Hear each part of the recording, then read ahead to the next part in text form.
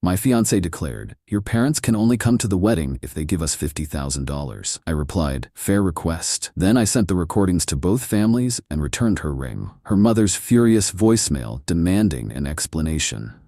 10 days ago, I was engaged to be married. Today, I'm sitting in my temporary apartment alone, phone blowing up with texts and calls I'm not answering, wondering how I missed so many red flags. But I'm getting ahead of myself. Rachel and I met 3 years ago through a mutual friend's backyard barbecue. She was smart, funny, ambitious, and drop-dead gorgeous, the kind of woman who makes you do a double take when she walks into a room. We hit it off immediately, traded numbers, and went on our first date a week later.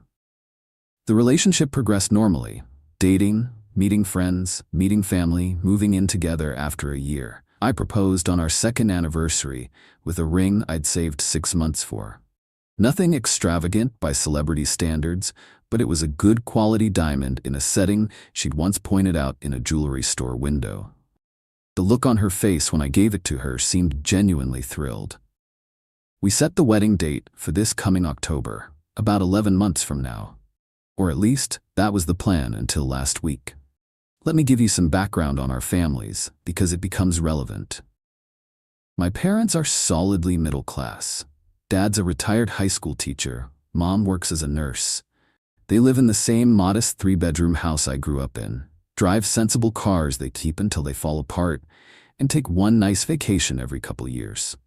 They're the definition of financially responsible. Helped me through college so I graduated with minimal loans, taught me how to budget, all that stuff. Rachel's family is different. Her father owns a successful chain of car dealerships across 3 states. They live in a gated community, vacation internationally several times a year, and her mother has never worked a day in her life. Rachel grew up with household staff and private schools. She's the youngest of 3 kids and the only daughter, so she was pretty spoiled from what I've gathered. Despite our different backgrounds, we've made it work. Rachel has a good job in marketing that she genuinely earned through her own merit, though I've noticed she never seems concerned about money, likely because her parents have always provided a generous safety net. I'm a civil engineer with a project management role at a mid-sized firm.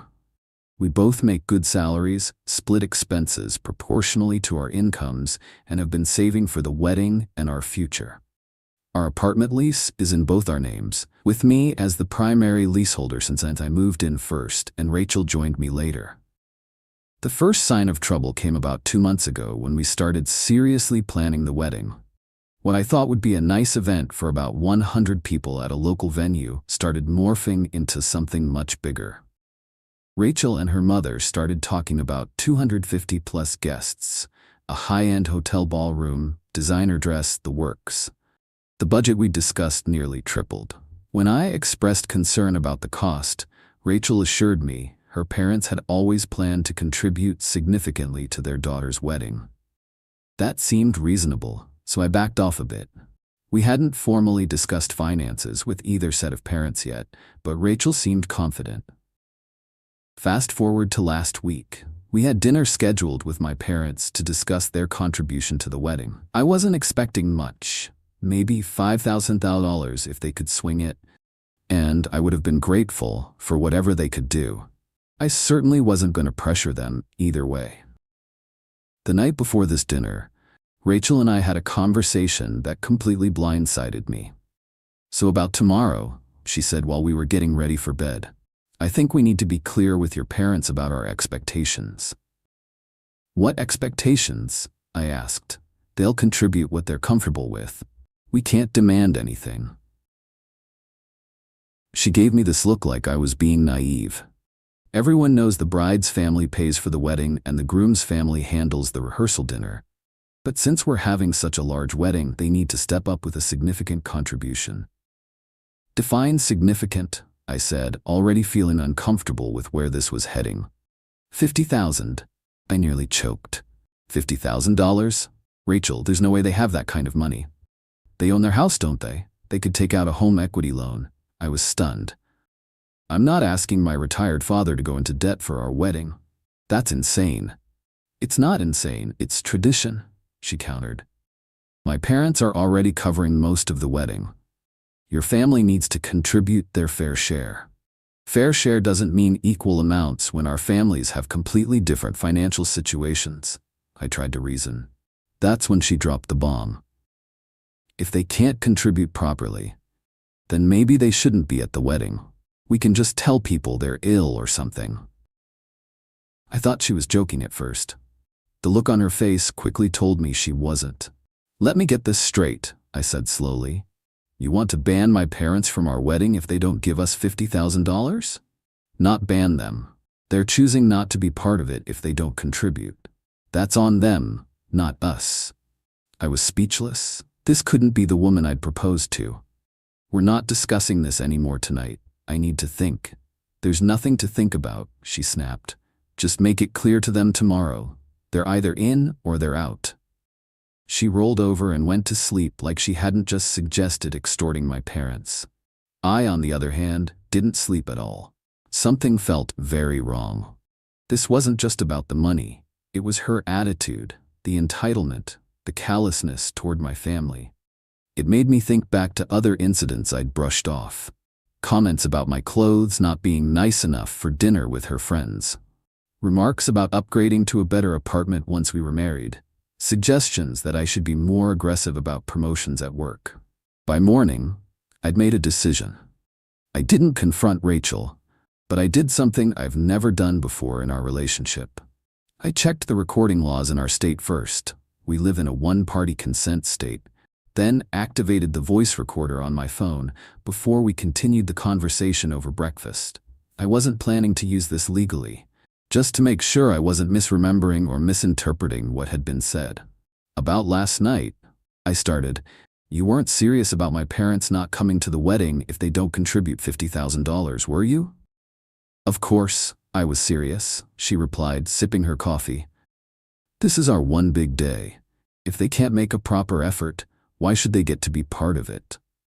And what exactly are your parents contributing? I asked, keeping my voice neutral.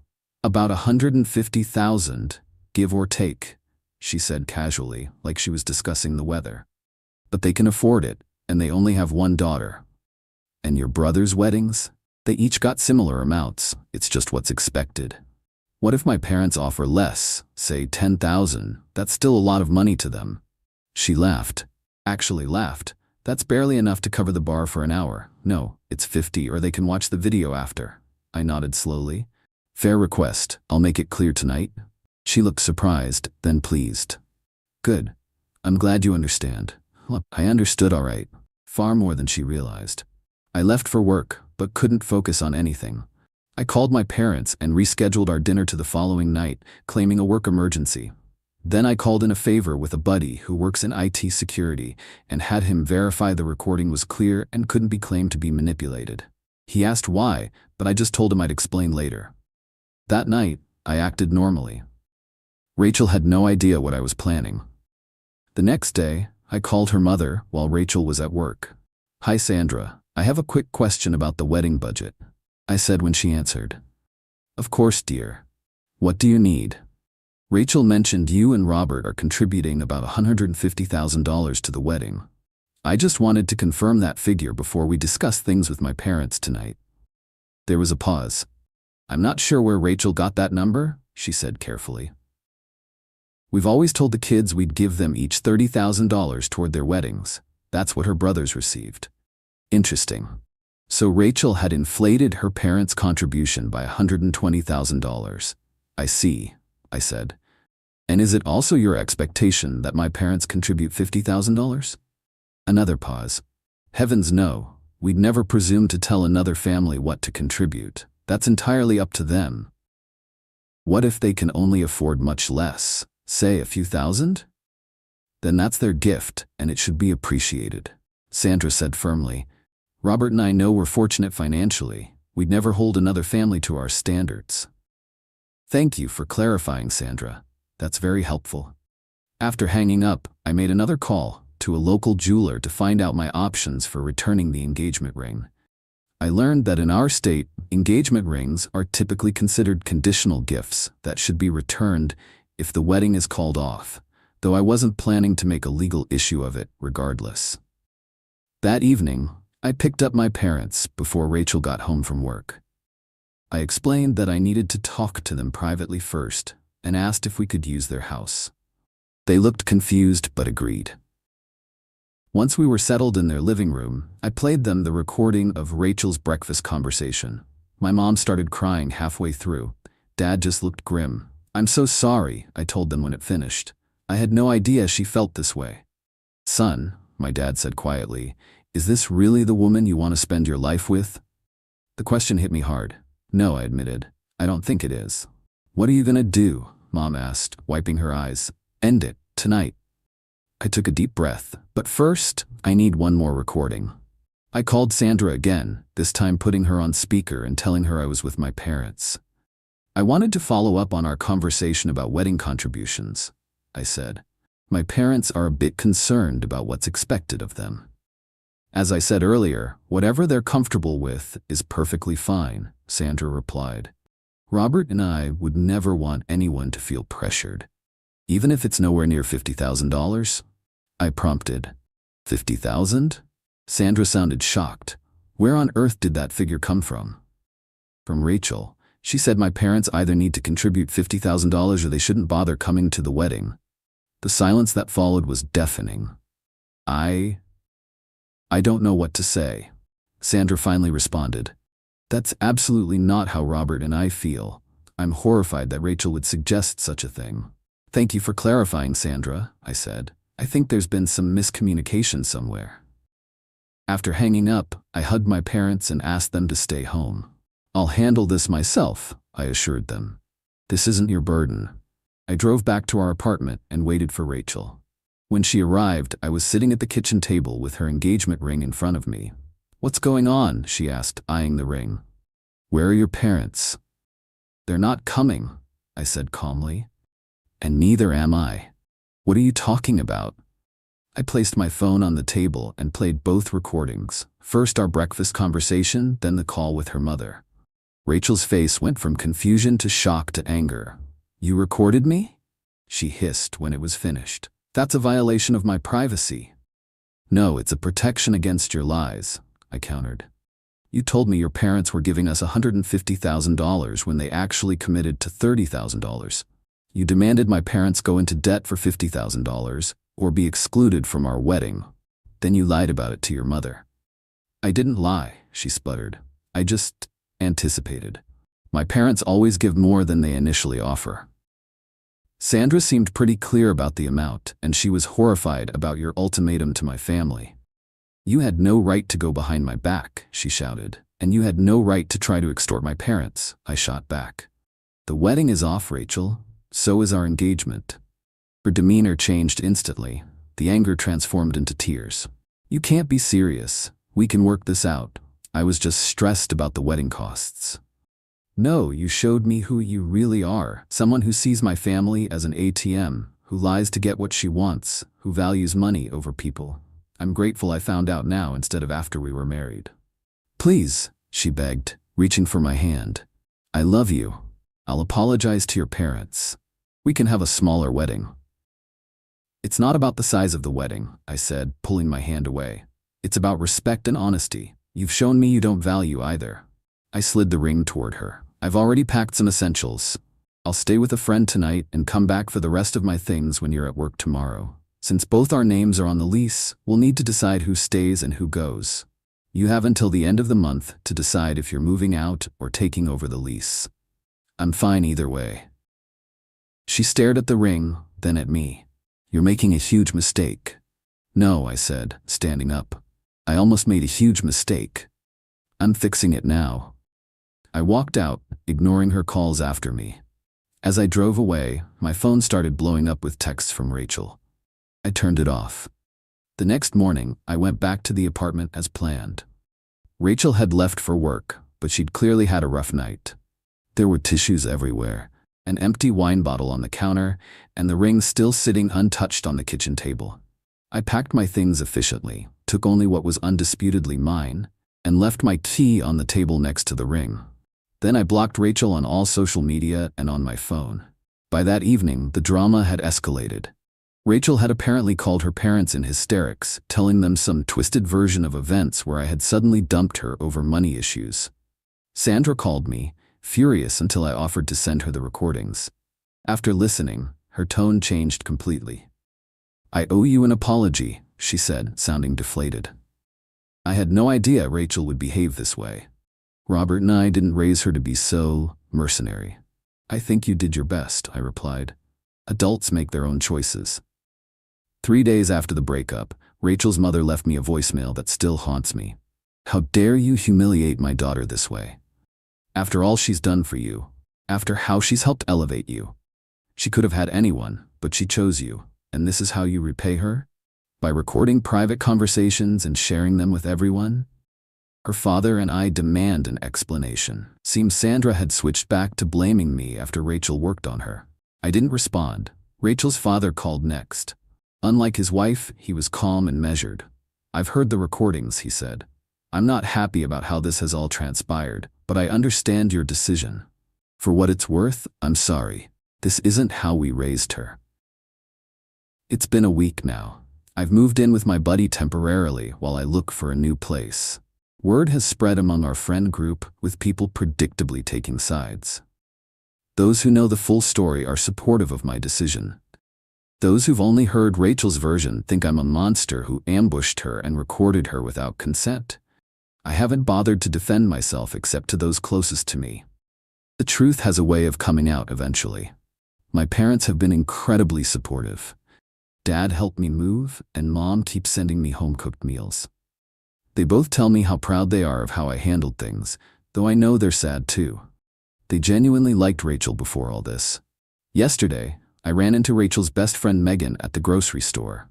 I tried to avoid her, but she cornered me. "Buy the produce." "You broke her heart," she accused. "She broke mine first," I replied. "Did she tell you why we broke up?" "She said you got cold feet and made up some excuse about wedding costs." I laughed humorlessly. "Ask her about the $50,000 ultimatum for my parents.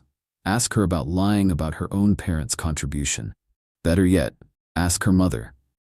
Megan looked uncertain for the first time. "What are you talking about?" "I have recordings," I said. "Happy to share them if you really want the truth." She didn't take me up on the offer, but she didn't look so certain anymore either. The hardest part in all this has been grieving the relationship I thought I had.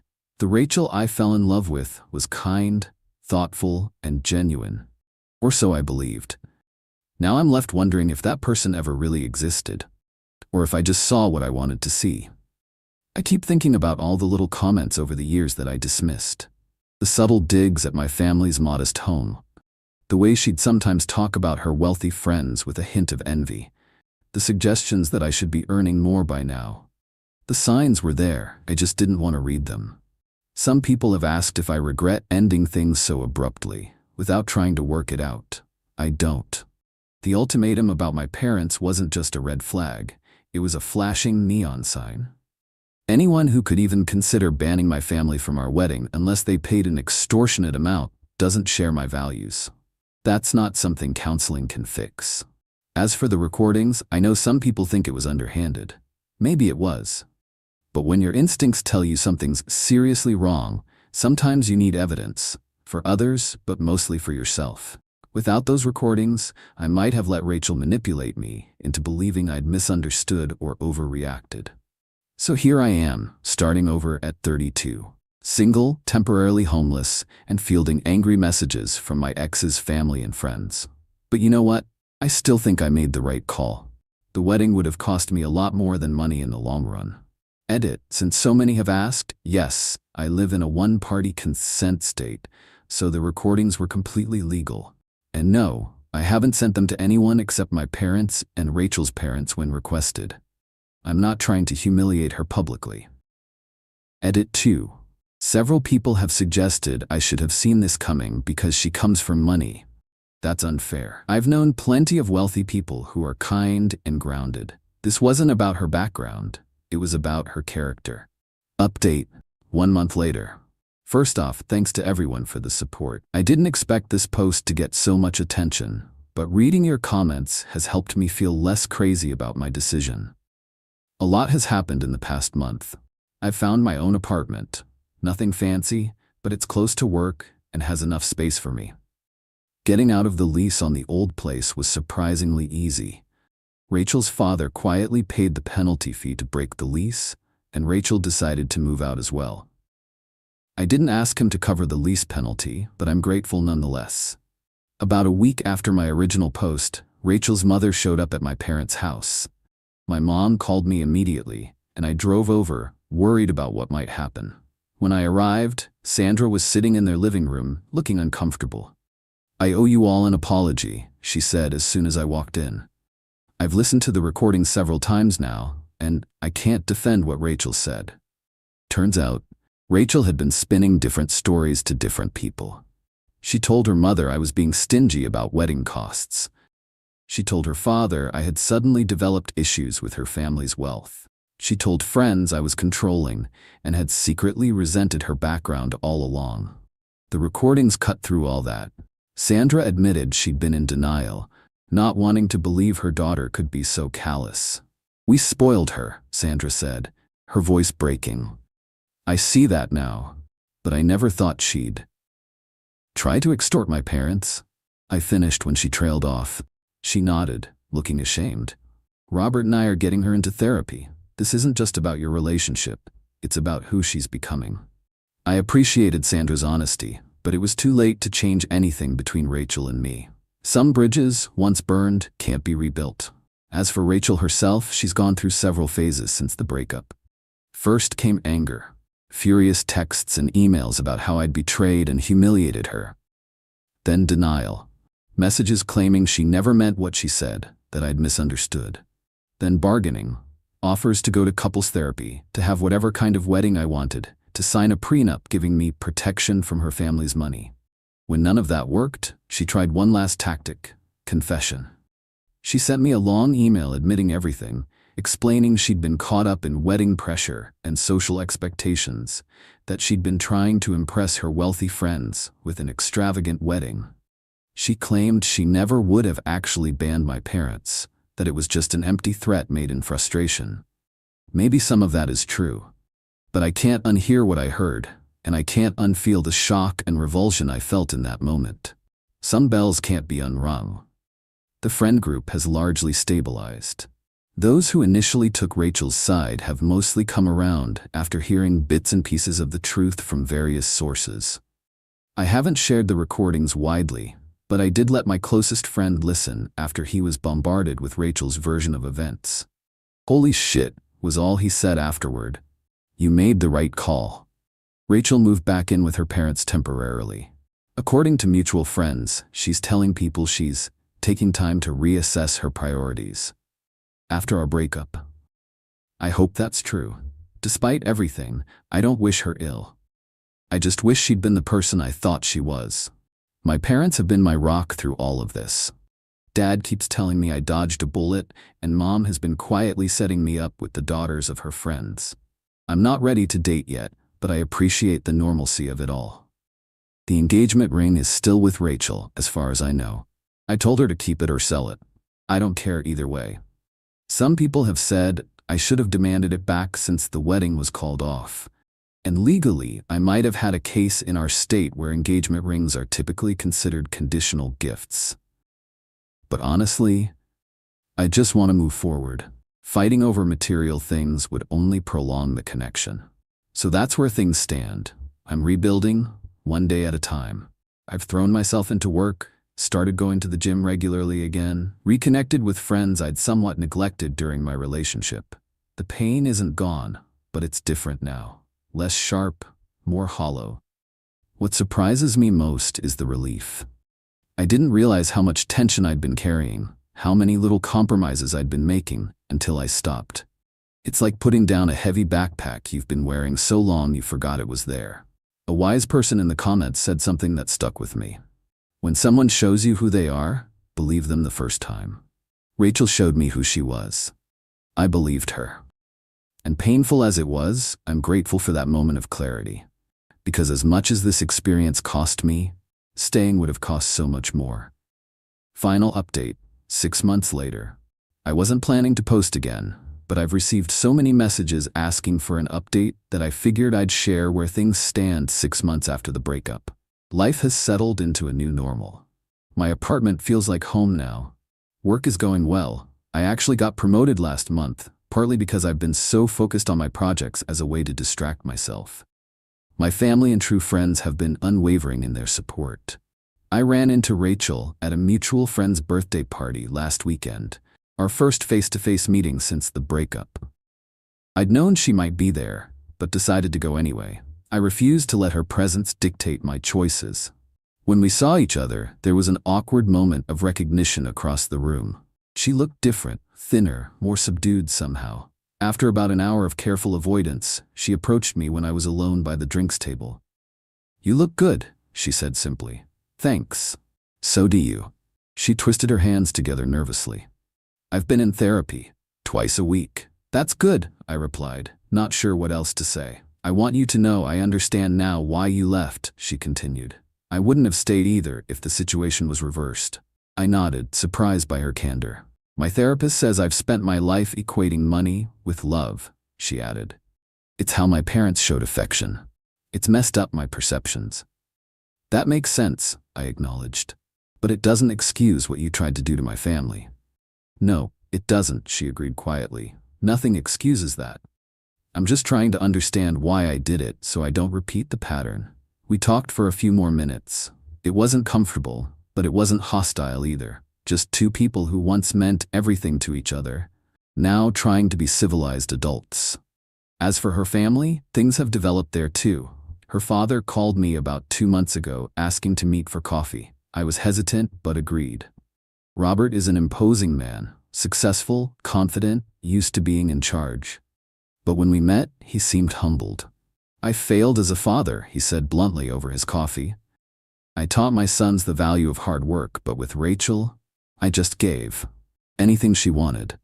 I thought I was showing love, but I was creating entitlement." I didn't know how to respond to that. "I'm not asking you to reconsider your decision," he continued. "What's done is done, but I wanted you to know we're trying to help her change." He also mentioned that they've scaled back financially. No more unlimited credit cards. Rachel has had to budget for the first time in her adult life. She moved into her own apartment recently, more modest than what she's used to. And she's paying for it herself with her marketing salary, which is substantial but no longer supplemented by her parents. Some mutual friends think I should give her another chance, now that she's showing signs of growth. I don't see that happening. Too much was revealed, too much trust was broken. I believe people can change, but I don't believe I have to be the one to witness that change up close. On my end, I've started dating again.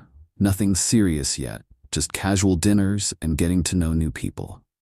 I'm more cautious now, more observant of how potential partners treat service staff, how they talk about money, how they react when plans change or things don't go their way. Small indicators that reveal character. I still have the recordings, though I haven't listened to them in months. They served their purpose. They gave me clarity when I needed it most, helped me resist gaslighting, allowed me to explain to those closest to me why I made the choice I did. But they're also a reminder of a painful time, and I've considered deleting them to fully move on. The wedding date we'd set would have been last month, October 16th. I took the day off work, half expecting to feel depressed. Instead, I went hiking with a couple of friends, climbed to a spectacular viewpoint, and felt nothing but gratitude. Gratitude that I trusted my instincts. Gratitude for the people who stood by me. Gratitude even for the painful experience itself, which taught me what I will and won't accept in a relationship. Someone asked me recently if I regret the relationship with Rachel. I don't. For most of our time together, she made me happy, and I believe I did the same for her. What happened at the end doesn't negate the good parts. It just revealed an incompatibility so fundamental that no amount of love could overcome it. I also don't regret ending things the way I did. The recordings were my insurance policy against what followed. The denials, the twisted narratives, the attempts to make me question my own perception. They allowed me to stand firm when the pressure to reconcile was most intense. So that's my story.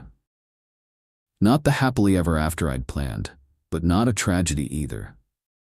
Just life, with all its unexpected turns and hard-earned wisdom.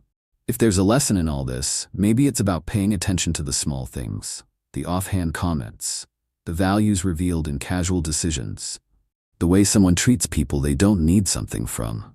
Because eventually, those small things become the big things that can't be ignored. Or maybe the lesson is simpler than that. When someone tells you who they are, whether in words or actions, believe them.